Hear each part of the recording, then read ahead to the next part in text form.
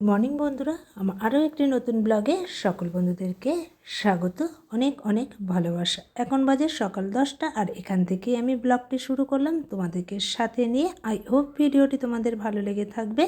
কোথাও কোনো অংশ যদি ভালো লেগে থাকে একটা লাইক কমেন্ট করে দিও, আর পাশে থাকার অনুরোধ রইল। আর সকল বন্ধুদেরকে আরও একটা অনুরোধ রইল যে প্রথম থেকে শেষ পর্যন্ত ভিডিওটি দেখো, তাহলে ভালো লেগে থাকবে। তো দেখো বন্ধুরা, সকাল সকাল আমি সমস্ত কাজকর্ম করে নিয়ে একটু তাড়াতাড়ি করে রান্নাটা সেরে নেব বলে আজকে একটু তাড়াতাড়ি বাজারও চলে গেছি। একটু মাছ নিয়ে চলে এসেছি। আজকে না কোনো সবজি বাজার সবজি করব না রান্না, তার জন্য দুরকম মাছটাই করে নেব। দুরকম মাছ হয়ে গেলে আর সবজি লাগবে না। তাই দেখো বন্ধুরা, এখানে পুঁটি মাছ করব বলে একটু বেগুন আর পেঁয়াজ নিয়ে নিয়েছি। আলুটা দেবো না বলে আর কয়েকটা কচি দেখে কাঁচা লঙ্কা দিয়ে দিলাম। এই গোটাই থাকবে সম্পূর্ণটাই, এটা আমার জন্যই, আমি খেতে ভালোবাসি ঝালটা একটু, তার জন্য। আর এটাই মেখে টেকে বসিয়ে দেব। আর ওদিকে তো ভাত বসিয়ে দিচ্ছি, ভাতও হয়ে যাবে। আর ফলই মাছটা একটু ভাজা করে একটু পেঁয়াজ রসুন দিয়ে সব দিয়ে একটু মাখা মাখা করব, যেহেতু আলু দেবো না তার জন্য। আর সাধারণত দেখবে ফলই মাছটা কিন্তু ভালো লাগে বেশ কাঁচা কলা পেঁপে টেপে দিয়ে পাতলা করে ঝোল। আর যেহেতু বরের সম্পূর্ণটাই কাঁচা কলা খাওয়া বারণ আছে, তার জন্য আমি ভাবলাম যে না, পেঁয়াজ রসুন দিয়ে একটু মাখা মাখা করে নিই। তার জন্য দেখো এখানে ফলই মাছটা ভাজা করে নিচ্ছি। আর এখানে এই মশলাটা দিয়ে দিলাম। পেঁয়াজ আছে এখানে, রসুন আদা আর সামান্য জিরে দিয়ে দিয়েছি। হলুদ লবণ দিয়ে একটু কষিয়ে নেব ভালো করে।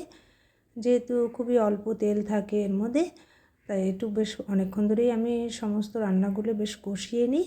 দেখবে রান্নার টেস্টটাও কিন্তু ভালো আসে। দেখো বন্ধুরা, এখানে কিন্তু আমি রান্নাটা সেরে ফেলেছি। আর এখানে ভাতও হয়ে গেছে। আর এখানে বরের জলটাও ফোটাতে বসিয়ে দিলাম। কিছু কিছু বাসন ছিল, সমস্তগুলো মেজে ঘষে পরিষ্কার করে নিচ্ছি। আর বোতলগুলো পরিষ্কার করে নিলাম, কেননা জলটা ফুটানো হয়ে গেলে এবার ঠান্ডা করে বোতলে ঢেলে রেখে দেব। খেতেও বড়ের সুবিধা হয়, আমারও কিন্তু তাহলে কাজটা অনেকটাই আগিয়ে থাকে। এইভাবে যদি গুছিয়ে কাজ করা যায়, দেখবে সমস্ত কাজকর্ম কিন্তু খুব তাড়াতাড়ি হয়ে যায়। তা দেখো বন্ধুরা, আজকে রান্নাঘরটা পরিষ্কার করব বলে অনেকটা এমনি ধরো ওপর থেকে পরিষ্কার করে নিই, আর আজকে একদম ডিপ ক্লিনভাবে পরিষ্কার করে নেব। চিমনি থেকে শুরু করে টাইলসগুলো দেখছি বেশ কদিন ধরেই না কালি হয়ে যাচ্ছে। আর আমি সাধারণত কালিগুলো ওঠাবার জন্য আর চিমনিটাও পরিষ্কার করার জন্য একটা বাটিতে কেরোসিন তেল নিয়ে নিয়েছি। সেটা দিয়ে ভালো করে পরিষ্কার করে নেব। তারপরে আমি স্নান পুজোটাও সারবো। আজকে অনেকটা বেলাই হয়ে যাবে দেখবে এই রান্না সেরে কাজকর্ম করতে করতে। তা ভাবলাম এটা না করলেও হয় না। আর এইভাবে যদি ডিপ ক্লিনটা করে নিই, আর প্রতিদিন কিন্তু দরকার হয় না, প্রত্যেক দিন দেখবে হালকা করে মুছে নিলে আর কাজকর্মও কিন্তু খুব চটজলদি হয়ে যায়। একটা দিনই আমাদের একটু কষ্ট হয়। এই যে পরিষ্কার করে নিলাম, 2-3 মাস থাকবে এরকম, তারপরে আবার সময় মতন কাজকর্মগুলো সেরে নেব। তো দেখো বন্ধুরা, এখানে কিন্তু আমি এটাকে পুরো পরিষ্কার করে নিচ্ছি। প্রথমে এখানে কেরোসিন তেল দিয়ে আর একটা ছোবড়া নিয়ে নিয়েছি, এটা দিয়ে ভালো করে ঘষে। আর দেখবে কেরোসিন তেলটা দিয়ে করলে না তেল কাজটা একদমই থাকে না, খুব সুন্দর পরিষ্কার হয়ে যায়। আর সেটাই আমি করছি।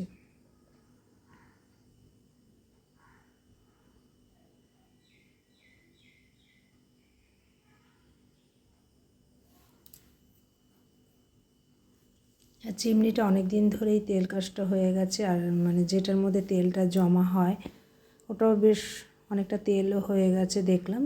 তার জন্য ভাবলাম একটু পরিষ্কারটা করে নিই।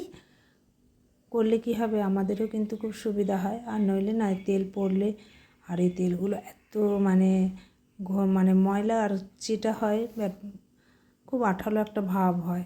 তার জন্য ভাবলাম তাহলে একবারে ধরেছি যখন একবারে পরিষ্কার করেই নেব। তা দেখো বন্ধুরা, আমি কিন্তু একদম একটা সাধারণ ঘরের গৃহবধূ, কাজকর্ম কিন্তু খুবই সাধারণভাবেই করে থাকি। তোমাদের যদি আমার কাজকর্ম কথাবার্তা কোথাও ভালো লেগে থাকে, চ্যানেলটি সাবস্ক্রাইব করে দিও। চিমনি পরিষ্কার করে দেখবে সাধারণত না রান্নাবান্নাটা একটু আগে করে নিলেই সুবিধা হয়, নাহলে এই যে তেল কেরোসিন তেল পড়লে সেটা আর কিন্তু খাওয়া যায় না। তার জন্য আমি সবার প্রথমে আগে রান্নাটাই সেরে নেওয়ার চেষ্টা করি, সবসময় এভাবেই করে থাকি। আর এই যে পরিষ্কার হয়ে গেছে, এবার একটু তাওয়াল দিয়ে মুছে নিলাম, তাহলে কিন্তু আর কেরোসিন তেলটাও পড়বে না। দেখো কত ভালো লাগছে দেখতে। তা দেখো বন্ধুরা, আমি কিন্তু স্নান টান করে চলে এসেছি।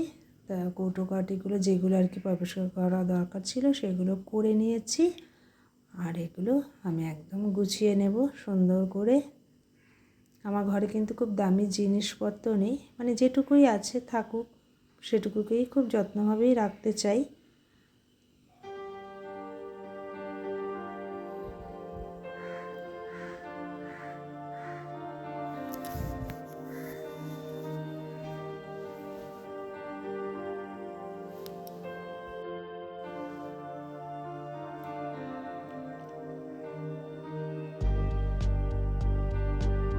আর গ্লাসগুলো একটু ভেজা আছে, তাই ভাবলাম একটু ভালো করে মুছে নিই।